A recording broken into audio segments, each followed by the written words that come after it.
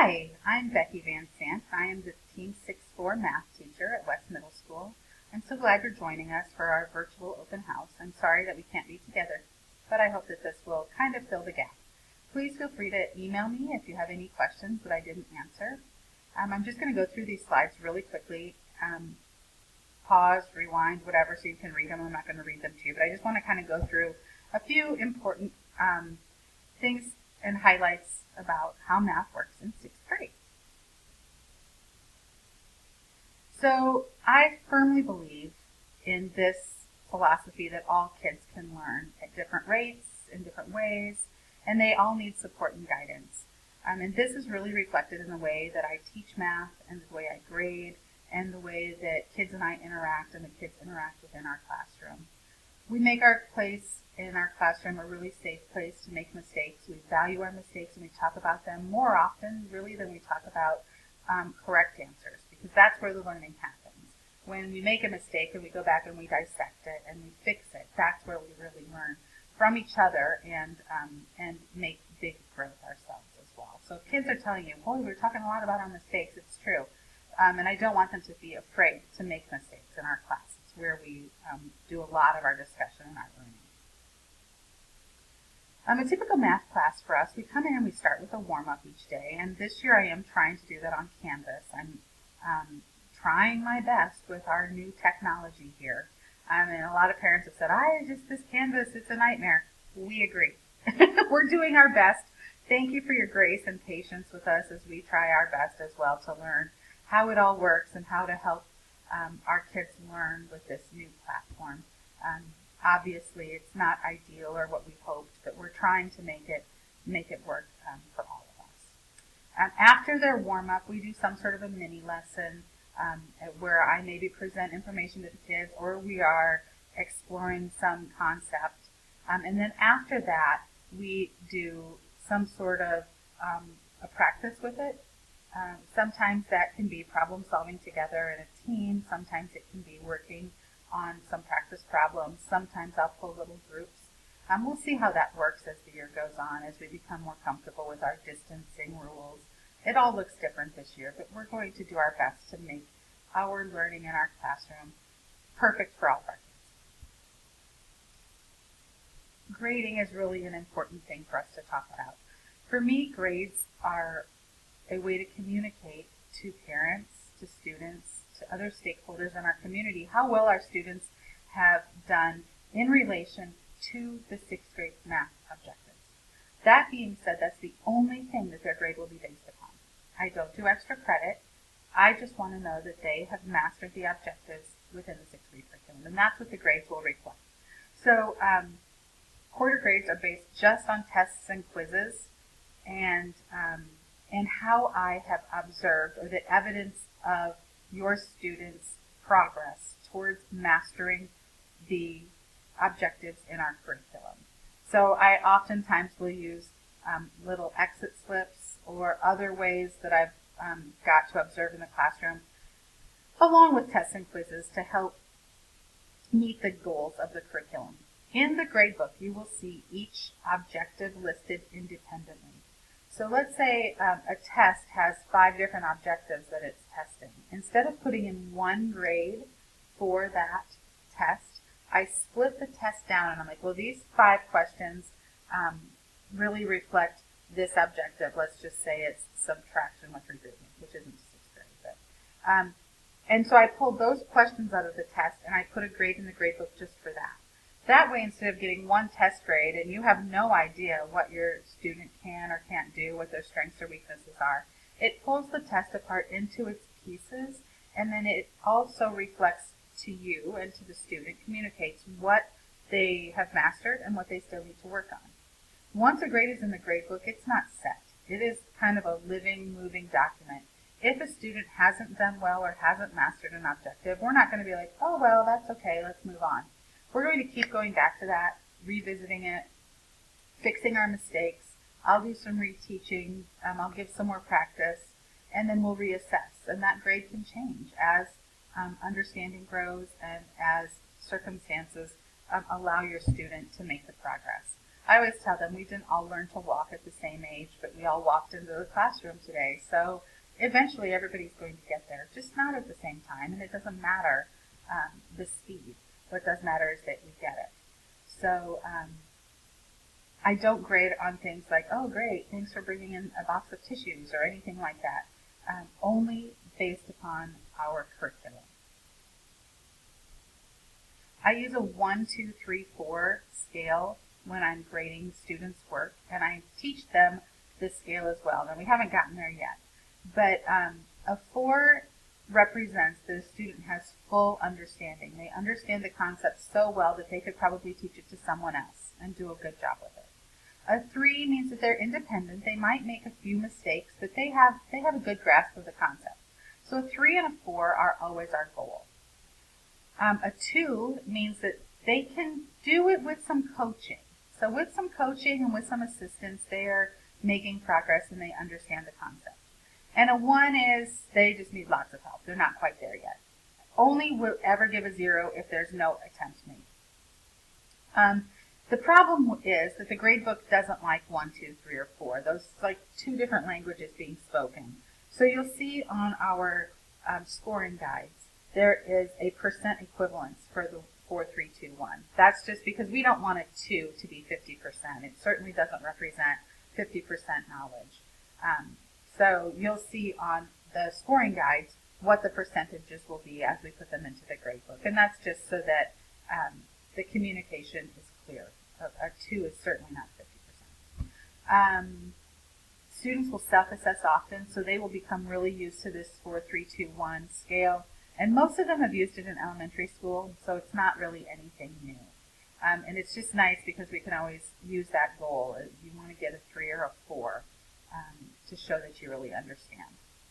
I think it gives a whole lot more information for you as a parent than just 1 grade for the whole test or quiz. We do retakes. We haven't figured out exactly how those are going to look this year. We do have Canvas as a tool now, so we'll probably be using that. We can't stay after school or come before school, which is when we normally did those things for reteaching. So I'll keep you posted on how that's going. We'll probably try to find time within class to do some of that reteaching and retesting. What normally happens is after a test or a quiz, if a student got a 1 or a 2 in a section, I will have them go back and fix that section. They'll have a fix-it form, and they'll fix their test and give it back to me, and then we'll kind of visit, and I will give them extra practice. And once they've done some extra practice, we've talked, and I know they're ready, then I'll reassess. And I reassess only on the objectives that they need to fix up. So they don't have to retake the entire test, just a few questions that reflect that objective that they needed to work on. And then the grade gets replaced completely. I don't average them. I want the grade to reflect what your student knows now, not where they were at a specific point in time. So I completely replace that grade. You'll have to look in the comments section because as I change grades, I put in the comments like as of this day, grade was changed, original was this. And so I keep the records there in the comments so we can kind of look back and see the progress your student has made. Let's see, other important information. Your students have what we call an ISN, an Interactive Student Notebook. I've asked them to decorate that. This is mine from last year, one of them. It just needs to have their name on it somewhere and then numbers about themselves. I just used a timeline on this one. This is one from another couple years ago. I put pictures of my family on it and then just a couple numbers to represent me. So that they are working on, and that should be turned in this week. But that is their biggest resource. We are going to take notes in there. We're going to put things in there that are going to help support them in their work and in their studying and preparing for tests. So look in that notebook. That's always your first go-to as a resource if they need help. In Canvas every day, I'm putting our slides from the day in there, so that's a great resource. You can always check there with your students. I know there's a way for you to be able to sign in to be an observer in your child's Canvas course, and I believe Mrs. Downing was going to send that to all the parents. So let me know if that's happened. If not, we can make that happen.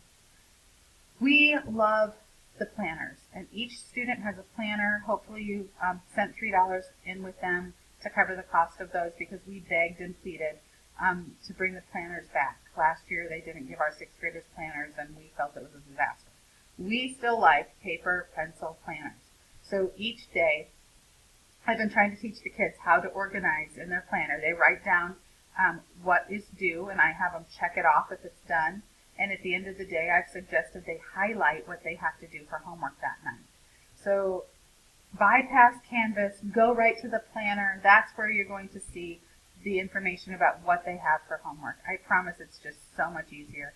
We love writing notes back and forth to parents in there. It's just a whole lot easier for us to keep the kids with an old school planner than try to make everything electronic. So nothing against the electronic stuff. It's just this really works for us and for our students. My email is right here. Feel free to email me anytime. There's no question too big, too small. Feel free to contact me with anything you need. It will take me at least a day to get back to you, just because I'm working with your kids all day. But let me know if you have any questions or concerns at all. How can my child get an A in math? Master the concepts. There we go. And they have every opportunity to retake anything, and I will be here to support them along the way. So it is absolutely, positively possible to get an A in math. They have to work hard for it, and I told them that's because I respect them, and they deserve to be challenged, because if they're being challenged, that means they're learning something new. So absolutely, kids can get a good grade in math. It's not a hard thing to do. It does take perseverance, and it does take them being on top of retakes and that kind of thing. But it's very possible, and I'm here to support them. And it's gone well every other year. So I believe in the growth mindset. I believe that mistakes are valued, and that every student will get there. And so I don't set a date like this is the only day that you can retake. It might take your child another week or so. That's okay. If you have any questions or concerns, let me know. The next slide in this is about the homework that we've always done in the past. Sorry, there we go. And this year we just decided, for right now, with all of this new computer work and everything else going on, we are just taking a break from the nightly homework for now. So just look in the planners for math. For now, I'll just be putting in there what they still need to get completed, trying to get everything completed in class for sure, just because that makes life easier. Wanted to talk really quickly about my absent work policy.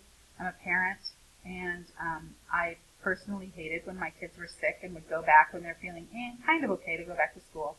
They're tired when they get home. The last thing I want is for them to be working on gobs and gobs of homework. So I tell the students this all the time. If you've missed a day of class, when you come in, I will do everything I can to just get you caught up really quick.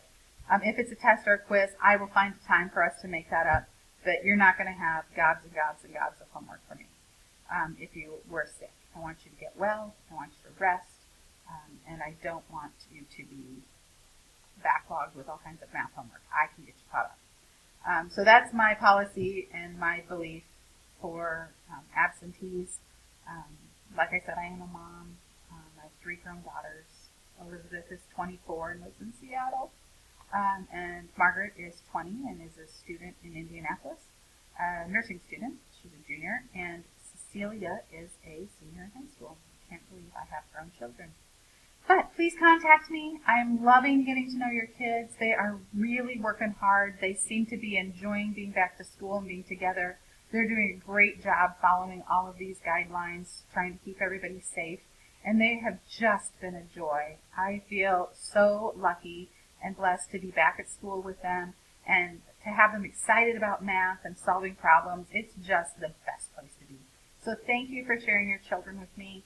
Please reach out if you need anything at all.